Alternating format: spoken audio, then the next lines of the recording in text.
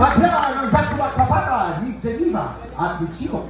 Ay, kumahawak na ako sa iyo kasi ang bagay pag ako na mag-isa. Bakit makarating dito 24 oras na?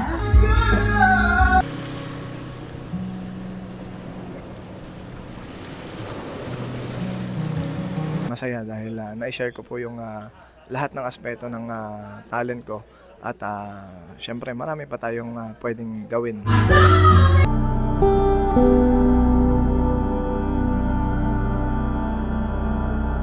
Binigay ko po lahat ng best ko po. Parang galing talaga ni Kuya Chito. So, yun po. Sana po palarin pa rin po ako ngayon. Ayun po, salamat po. Chito, meron ka top stars na mali ng kampiyon ngayon. Congratulations!